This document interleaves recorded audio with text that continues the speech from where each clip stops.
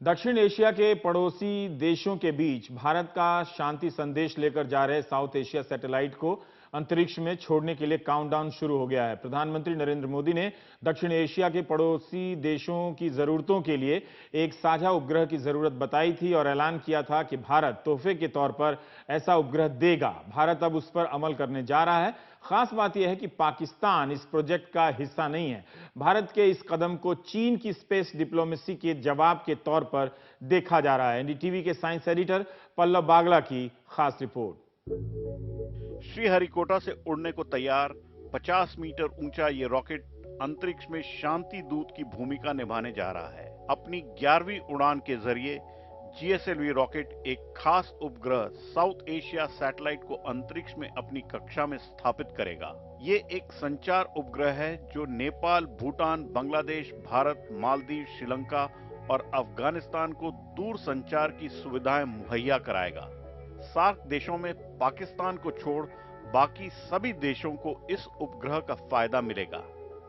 जानकारों के मुताबिक भारत का ये कदम पड़ोसी देशों पर चीन के बढ़ते प्रभाव का मुकाबला करने में काम आएगा। इस सैटेलाइट की क्षमता तथा इससे जुड़ी सुविधाएं दक्षिण एशिया के आर्थिक तथा डेवलपमेंटल प्राथमिकताओं को पूरा करने में काफी मदद करेगी। पूरे दक्षिण एशिया के साथ सहयोग बढ़ाने के लिए भारत का एक महत्वपूर्ण कदम है, अनमोल नजराना है। अब सवाल यह है कि अंतरिक्ष में भारत का ये शांति दूत क्या-क्या भूमिका निभाएगा। इसरो के मुताबिक इसके जरिए सभी सहयोगी देश अपने अपने टीवी कार्यक्रमों को प्रसारण कर सकेंगे। किसी भी आपदा के दौरान उनकी दूर संचार सुविधाएं बेहतर होंगी। इससे देशों के बीच हॉटलाइन की सुविधा भी दी जा सकेगी और टेलीमेडिसिन सुविधाओं को भी बढ़ावा मिलेगा। One of our neighbors, Pakistan, decided to opt out of this South Asia satellite. Do you think it is a loss for India or is it a loss for our neighbor? I don't think it's prudent for me to comment on that because the satellite provides, it is not seeing any border. You look at here, SARC satellite, though we are talking about SARC satellite, definitely it is not seeing any border. South Asia satellites की लागत करीब 235 करोड़ रुपए है, जबकि satellite launch के समेत इस पूरे प्रोजेक्ट पर भारत 450 करोड़ रुपए खर्च करने जा रहा है। यानी पड़ोसी देशों के लिए ये एक शानदार कीमती तोहफा। इस साउथ एशियन रीजन में एक नया सैटेलाइट आएगा।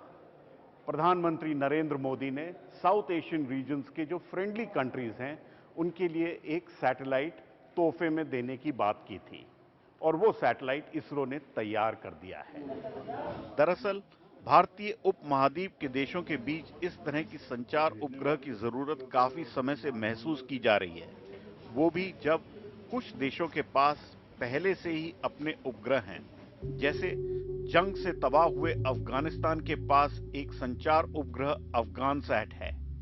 ये असल में भारत का ही बना हुआ एक पुराना सैटेलाइट है जिसे यूरोप से लीज पर लिया गया है। इसलिए अफगानिस्तान ने अभी साउथ एशिया सैटेलाइट की डील पर दस्तखत नहीं किए हैं। 2015 में आए भयानक भूकंप के बाद नेपाल भी बड़ी शिद्दत से एक संचार उपग्रह की जरूरत महसूस कर रहा है। नेपाल ऐसे 2 संचार उपग्रह हासिल करना चाहता है। अंतरिक्ष से जुड़ी तकनीक में भूटान काफी पीछे है। साउथ एशिया सैटेलाइट से उसे बड़ा फायदा होने जा रहा है। स्पेस टेक्नोलॉजी में बांग्लादेश अभी शुरुआती कदम उठा रहा है। साल के अंत तक वो अपना खुद का बंगबंधु 1 कम्युनिकेशन सैटेलाइट छोड़ने की योजना बना रहा है। श्रीलंका 2012 में अपना पहला संचार उपग्रह लॉन्च कर चुका है। उसने चीन की मदद से यह सुप्रीम सैट उपग्रह तैयार किया था, लेकिन साउथ एशिया सैटेलाइट से उसे भी अपनी क्षमताओं का इजाफा करने में मदद मिलेगी।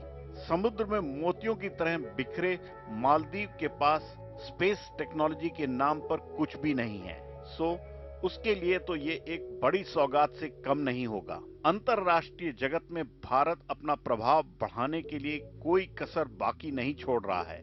ऐसे में ये कहना गलत नहीं होगा कि साउथ एशिया सैटेलाइट इस दिशा में एक मील का पत्थर साबित होगा। बेंगलुरु में इसरो के सैटेलाइट सेंटर से पल्लव बागला, एनडीटीवी इंडिया के लिए।